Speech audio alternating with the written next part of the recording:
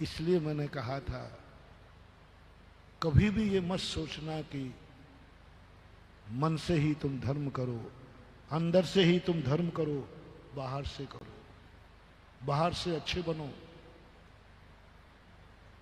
Good better best. अंदर से अच्छे हो तो बेस्ट हो,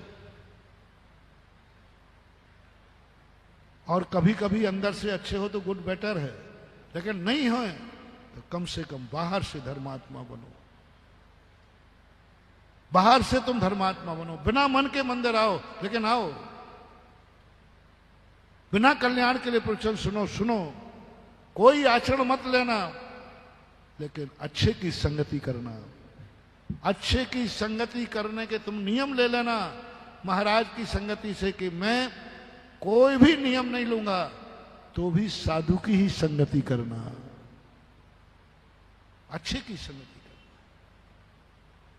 अच्छे स्थान पर जाना। भले अच्छे मत बनना, अच्छे मत बनना, लेकिन अच्छे स्थान पर जाना, अच्छी संगति करना। चाहे भली तुम कोई भी अच्छा है उसकी ग्रहण मत करना। मैंने इसलिए जवाब दिया कि बहुत सारे लोग कहते हैं महाराज क्या करूंगा धर्म करके। मर जाओ, दुर्गति जाओ, लेकिन मंदिर से जाओ, पूजा करते हुए जाओ। नरक जाओ, पूजा करते हुए जाओ। दुर्गति जाओ, प्रवचन सुनते सुनते जाओ। नरकों में पड़ो, मर जाओ मेढक, सामायिक करते करते मेढक मर जाओ।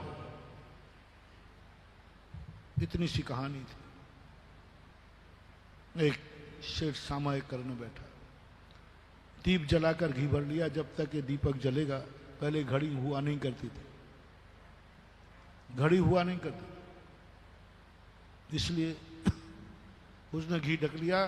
बोले घी जब तक जलेगा दीपक, तब तक मैं सामायिक करूं।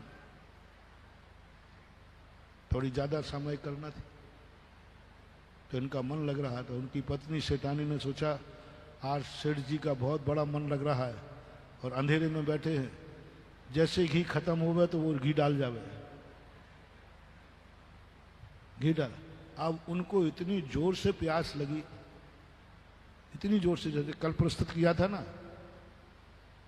कि उपवास के दिन उसको इतनी प्यास लगी, इतनी प्यास लगी कि उसका मन पानी पानी पानी पानी पानी दिख रहा है, पानी पानी दिख रहा है।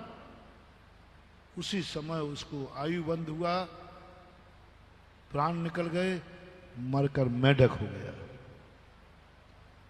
क्योंकि पानी से मरा। और यदि वो नियम तोड़ देता, एक गिलास पानी पी लेता, तो शायद वो मेढक नहीं बनता, मेढक नहीं बनता, शांति मिलती, मेढक नहीं बनता। हो सकता था बाद में अच्छे कर्म करके मोक्ष स्वर्ग चला जाता, अच्छी गति बढ़ती, मेढक बन गया। लेकिन उसने कहा कि नहीं, सामायिक करते हुए मरूं, चाहे भली मेढक बनूं। बिना सामायिक के मरूं और स्वर्ग भी मिले तो मुझे नहीं चाहिए। सामायिक में मेरा मरण हो तो मुझे मेढक पर्याय भी मान्य है, और बिना सामायिक के मुझे स्वर्ग भी मान्य नहीं। पूज्यवर पद्मनंदी महाराज बहुत बड़ी बात कहते हैं। सम्यक दृष्टि कहता है, मुझे सम्यक दर्शन के साथ नरक में वास करना श्रेष्ठ है। रिपीट करता हूं, सम्यक दर्शन के साथ मुझे नरक में भी वास करना ठीक है, लेकिन सम्यक दर्शन के बिना मुझे स्वर्ग का 9वां ग्रेविक भी मान्य नहीं। सम्यक दृष्टि से कहा, देख सम्यक दर्शन रखेगा तो नरकों में जाएगा, और नरकों के दुख देख ले। एक खाने को दाना नहीं मिलेगा, पानी को बूंद नहीं मिलेगी, तिल तिल टुकड़े किए जाएंगे। देख ले नरकों के दुख कितने हैं। सम्यक दृष्टि को दिखा रहा हूं, मिथ्या दृष्टि को नहीं। देख ले नरकों में ऐसे दुख हैं, मेरू समान लोह गल जाए, ऐसी शीत उष्णता थाए। देख ले पहले, तू बड़ा धर्मात्मा बनता है ना, सम्यक दर्शन करेगा तो ऐसा पड़ेगा। और यदि तू सम्यक दर्शन छोड़ देगा तो देख स्वर्गों का सुख देख, कितना सुख है, कितना सुख है। सम्यक दृष्टि कहता है जी मुझे सम्यक दर्शन के साथ नरक में जाना मंजूर है। जाने सम्यक दर्शन का सुख नरकों के दुख के सामने श्रेष्ठ है। नरकों के दुख पासंग में चले गए मात्र एक सम्यक दर्शन के सुख के कारण। क्या ऐसी श्रद्धा है तुम्हारा? यदि मुझे नरक भी मिलेगा तो मंदिर से जाऊंगा, मेरी दुर्गति भी होगी तो सम्यक दर्शन के साथ जाऊंगा। मैं अपना श्रद्धान हिलाने वाला नहीं हूं, मैं अपने श्रद्धान से डिगने वाला नहीं हूं, मेरा श्रद्धान पक्का है।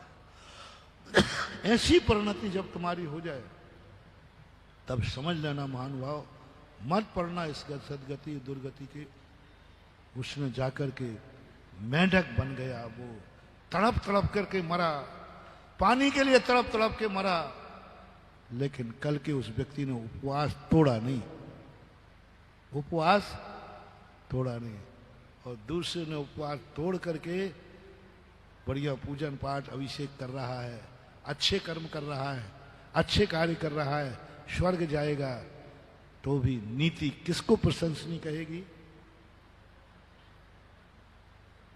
एक नियम तोड़कर स्वर्ग गया और एक नियम के साथ नरक गया।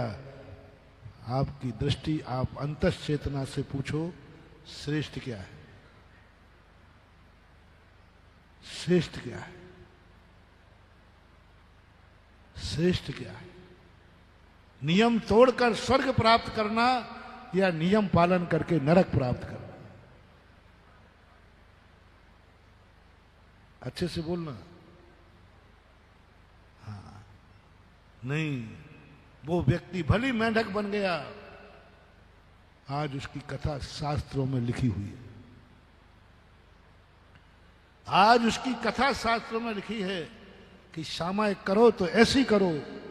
सवाल ये नहीं है कि वो क्या बना है, सवाल ये है कि वो क्या करते हुए गया है।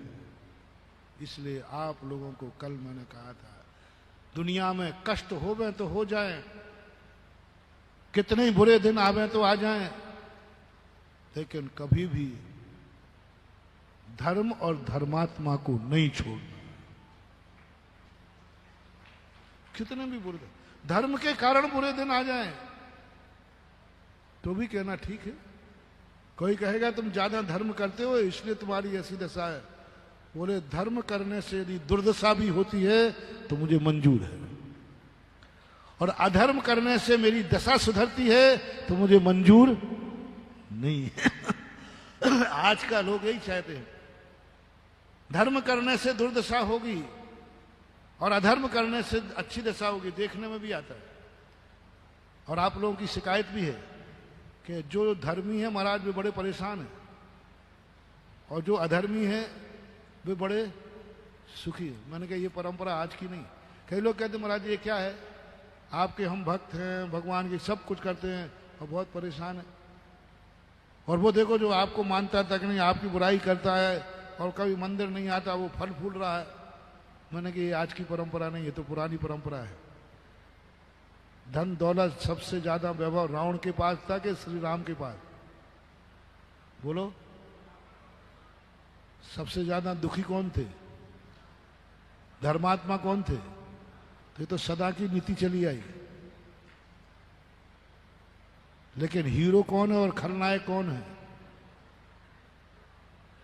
जिंदगी भर सुखी रहा रावण, आज दशहरा मैदान में जल रहा है।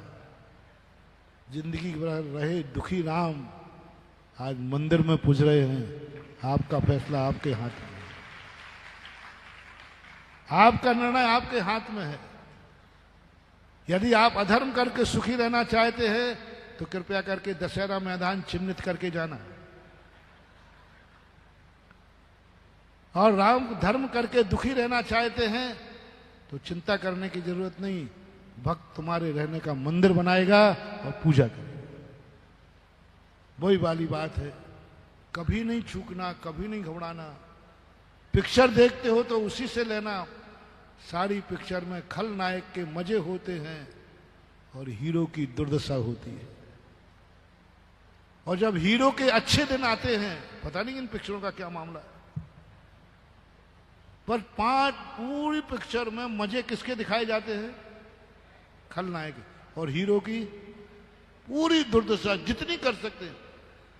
अंत में 5 मिनट के समय हीरो के अच्छे दिन आते हैं और पिक्चर में आ जाता है द एंड। यानी तुम्हें देखना क्या पसंद है? हीरो की दुर्दशा, हीरो के काम देखना, अंत में जाकर के होता, पूरी तो दुर्दशा होती है। फैसला आपको करना है, खलनायक बनना है या हीरो। जोर से बोलो थोड़ा। खलनायक बनना हो तो जाओ, जीवन भर मौज करोगे, जीवन भर मौज करोगे। और हीरो बनना है तो तैयार हो जाओ, जीवन भर कष्ट उठाना पड़ेंगे। झूठे आश्वासन देना मेरे को आता नहीं, साची कहना, खुश रहना। दुख, यदि हीरो बनना है तो दुखी होने, दुख पाने के लिए तैयार रहो और दुखी मत होना। दुख तो आएंगे। और खलनायक बनना है तो खूब सुख के साधन मिलेंगे और मौज मस्ती करना, सुख रहना। हस्र मैंने सुना दिया, निर्णय आपके हाथ में है। क्या बनना है? जोर से बोलो थोड़ा। आपको हीरोइन बोलो ना।